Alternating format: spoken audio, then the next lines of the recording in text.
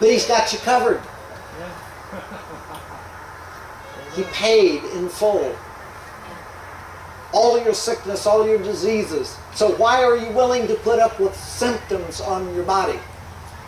When I wrenched my shoulder, I mean, it hurt. I didn't sleep for, what was it, 3 days, Jenny? I couldn't sleep. I was in pain. I was in bad pain.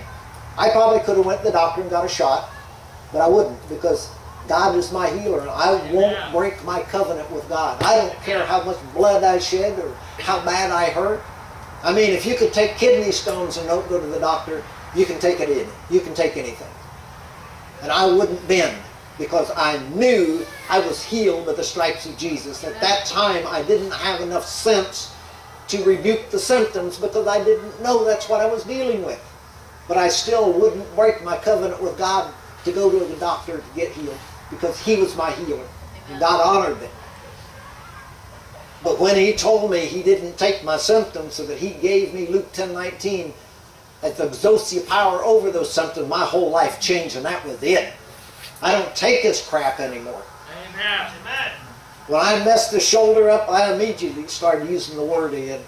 And I immediately started rebuking the symptom. Amen. I didn't wait for 3 or 4 days down the road. I started right as soon as that attack came, I started speaking the Word to it. Does it always mean it goes away the instant you start speaking? It doesn't always, but it has to go.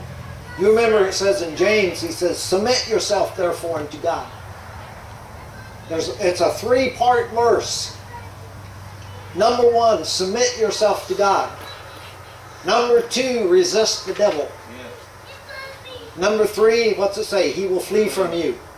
So if you do number 1 and number 2 on the devil, he'll leave. That's right. Right over your head.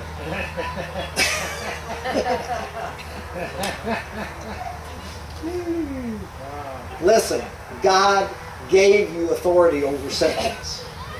You don't have to put up with it. Jesus Christ redeemed you from sickness, redeemed you from sin. Now what are you going to do about it? Are you going to let the devil keep trespassing on God's property? Or are you going to stand guard over the temple that He's given you? And say, no, devil, you ain't coming in here. You know, like they talk about the woman being, you know, being the guardian of the house. You know, nobody comes in the door unless Mama lets them in. Well, you know, if somebody comes to my door with a bag of rattlesnakes and says, here, Jenny, here's a bag of rattlesnakes for you, is she going to invite them in? No. I hope not. No, she'll tell them, take them on down the road, give them somebody else. They don't belong here. But the devil sometimes is a little sly, you know. He don't come to your door with a bag of rattlesnakes. He'll come with a sniffle or a little ache or an unexpected bill. The car will break or something. One of the kids will call, oh, Mom and Dad, you know, the car broke. Something. He'll come. He's a thief. Jesus said the thief cometh not but for to steal and to kill and to destroy. But I am come that you might have life and you might have it more abundantly. It ain't life more abundantly if you're getting all your stuff stolen from you. I had a period of time, just not very long ago, we had 3 cars broke down at the same time.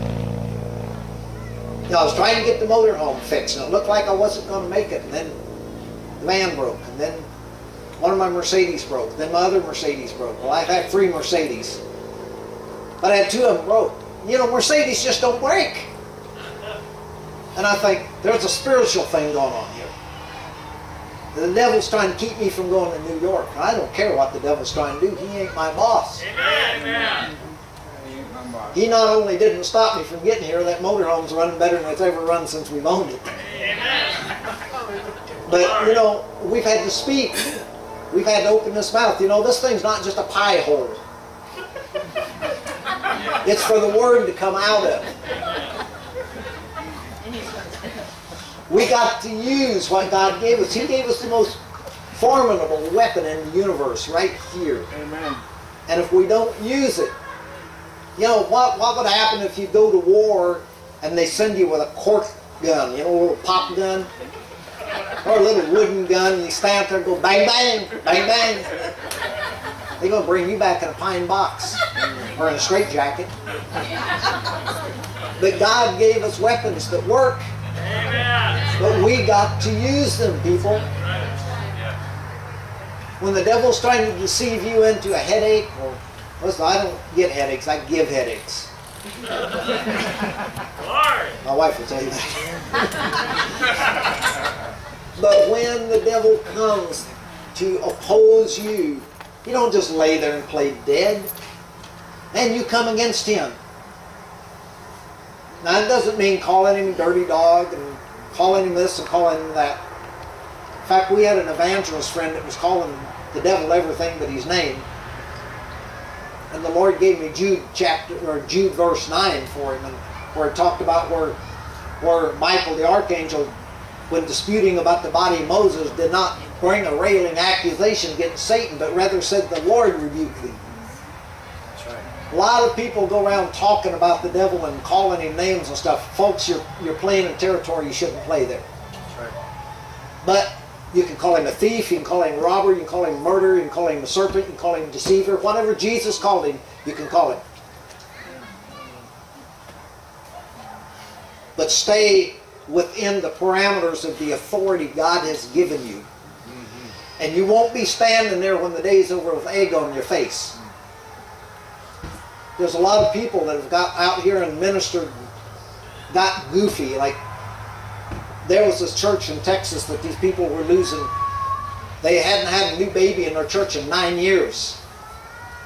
And I asked the pastor, "What are you guys doing down there?" "Oh, no, we're not doing anything." I said, "You're doing something." I said, "It's not normal for all of you women to have miscarriages for 9 years. What are you doing?" "Well, our prayer team goes out and drives stakes around the city and drives all the devils out of Houston." I said, "Oh, is that right?" I says, "Jesus Christ is the only one that had the authority to drive the devils out of Jerusalem. Did he drive all the devils out of Jerusalem? No. And you don't have the authority to drive them out of Houston." Sometimes we get goofy with some of these doctrines that we picked up that is not supported by the Word. And I don't know why I'm getting on this, because